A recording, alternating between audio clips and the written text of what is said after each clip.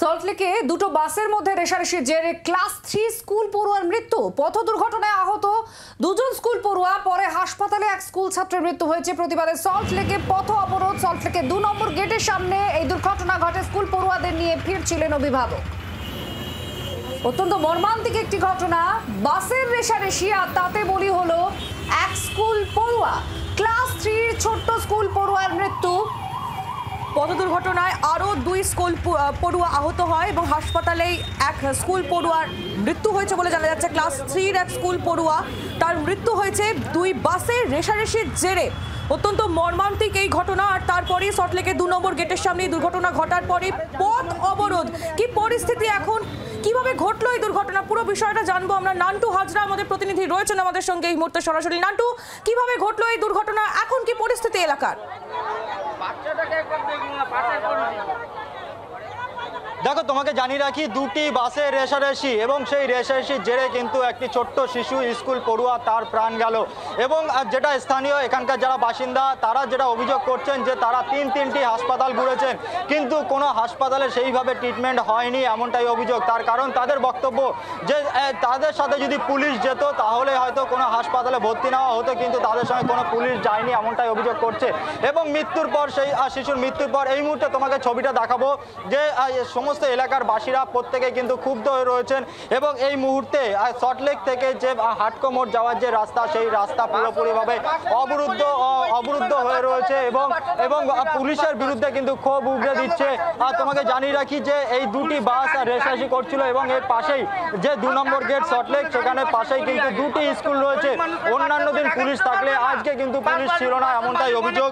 এবং সেই অভিযোগ করেছেন এখানকার স্থানীয়। আমরা একবার কথা বলবো যে এলাকা আছে, যে তোমাদের এই যে হাসপাতাল, 3টি হাসপাতাল তোমরা ঘুরছো বলছো, মানে তোমাদের সঙ্গে পুলিশ গেছিল না? কেউ যায়? তুমি বলো, তুমি বলো। পুলিশ আমাদের সাথে যায়নি, পুলিশ আমাদের সাথে যায়নি। আমরা 3টে হসপিটাল ঘুরেছি, আমাদের সাথে কোনো পুলিশ ছিল না। এখন এই দুর্ঘটনাটা হয়েছে, পুলিশ কী করেছে, বাসটা নিয়ে চলে গেছে, নতুন বাস, সেটা নিয়ে চলে গেছে। যদি ভেঙে দেয়, ভাঙচুর করে, জ্বালায়, এই কারণে পুলিশ নিয়ে চলে গেছে। পুলিশ তো পারতো বাচ্চাটাকে নিয়ে হসপিটালে নিয়ে যেতে। হ্যাঁ, আমরা যেটা হচ্ছে, আমরা তো গরিব মানুষ, আর পুলিশের ট্রিটমেন্ট করা আমাদের ট্রিটমেন্ট করা অনেক ডিফারেন্স আছে। এখন তোমরা কি দাবি করছো? আমরা দাবি করছি যে এই যে সিচুয়েশনটা হয়েছে, এটা যাতে নেক্সট টাইম আরেকজনের সাথে না ঘটে, যেইভাবে এর বিচার হয় সেটা আমরা বিচার চাই।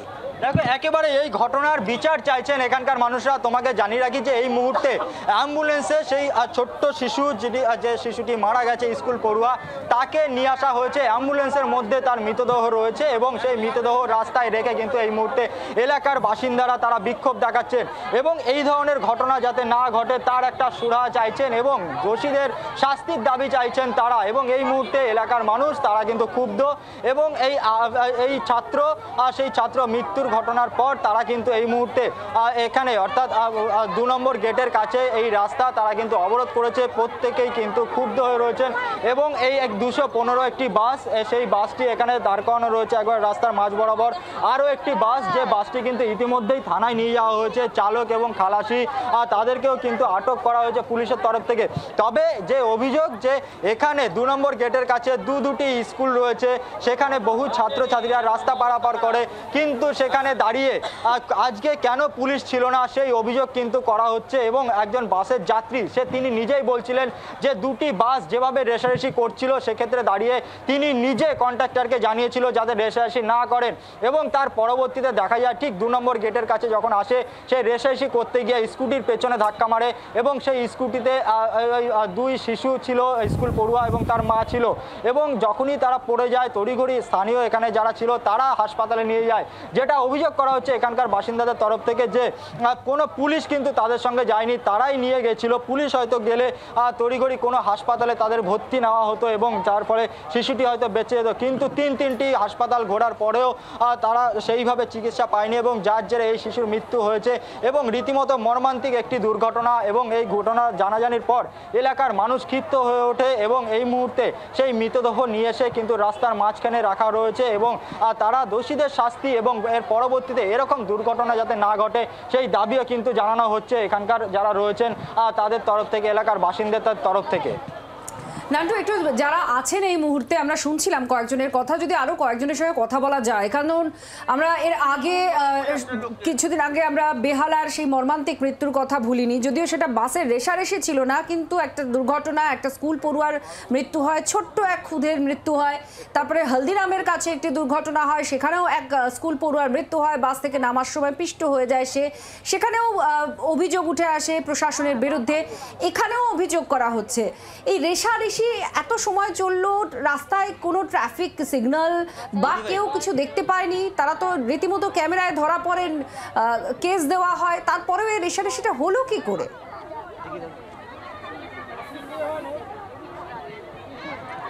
দেখো, এই একটি মর্মান্তিক দুর্ঘটনা এবং স্কুল থেকে বাড়ি যাচ্ছিল মায়ের সাথে এই দুই পড়ুয়া, এবং সেই বাড়ি যাওয়ার সময় কিন্তু এই দুর্ঘটনা ঘটে এবং দুটি বাস রেশারেশি করছিল এবং সেই রেশারেশির জেরে পিছন থেকে স্কুটির পেছনে ধাক্কা মারে, ছিটকে পড়ে প্রত্যেকেই, এবং তারপরেই তাদেরকে রক্তাক্ত অবস্থায় যখন হাসপাতালে নিয়ে যাওয়া হয় সেখানে এক শিশুর মৃত্যু হয়েছে। আমরা একবার কথা বলে নেবো। দিদি, এই মুহূর্তে আপনারা রাস্তায় রয়েছেন, অবরোধ করেছেন, আপনারা কি বলবেন?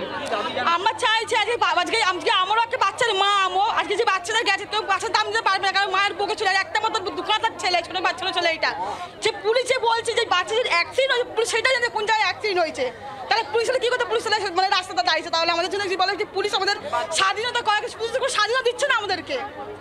আরে আজকে একই দিনে সল্লেখে আরো দুখানা বাচ্চা মারা গেছে, আর আজকে 3 জন। এখন আপনারা কি চাই? আমরা বিচার চাই, বাচ্চাটা বিচার না দিই, তোমার ঠিক দেখছেন, আমরা বিচার চাই। দেখে শুনে চালাক, একদম এগুলো খারাপ। বাস যখনই চালায় ওরা দেখে চালায় না, সব সময় রেশারেশি করে, এগুলো বিরোধী করা উচিত। সব সময় একটা বাচ্চা সব চোখের সামনে দিয়ে চলে যাচ্ছে। কোথাও কি পুলিশের নজরদারির অভাব? অবশ্যই পুলিশ যদি নজরদারি রাখতো এগুলো হতো না, তাহলে একটা বাস যখন রেশারেশি করছে পুলিশ তাহলে ধরতো আগে থেকে, বাসটাকে আগে সাবধান করতো। কেন করছে না এগুলো? কেন একটা মানুষ এইভাবে মরছে পিছে পিছে? একেবারে তীব্র ক্ষোভ রয়েছে এবং এই ক্ষোভ কিন্তু একেবারে নানকোনা দেখতে পাচ্ছি উত্তপ্ত পরিস্থিতি। স্থানীয় বাসিন্দারা তারা রাস্তায় নেমে এসেছেন, প্রতিবাদ করছেন, বিচার চাইছেন। ফিরবো তোমার কাছে, তুমি আমাদের সঙ্গে থাকো। ছোট্ট বিরতির পরে খবরের দিকেই আমরা নজর রাখবো। দেখতে থাকুন জি 24 ঘন্টা। বাংলার আওয়াজ, বাঙালির আবেগ, জি 24 ঘন্টা।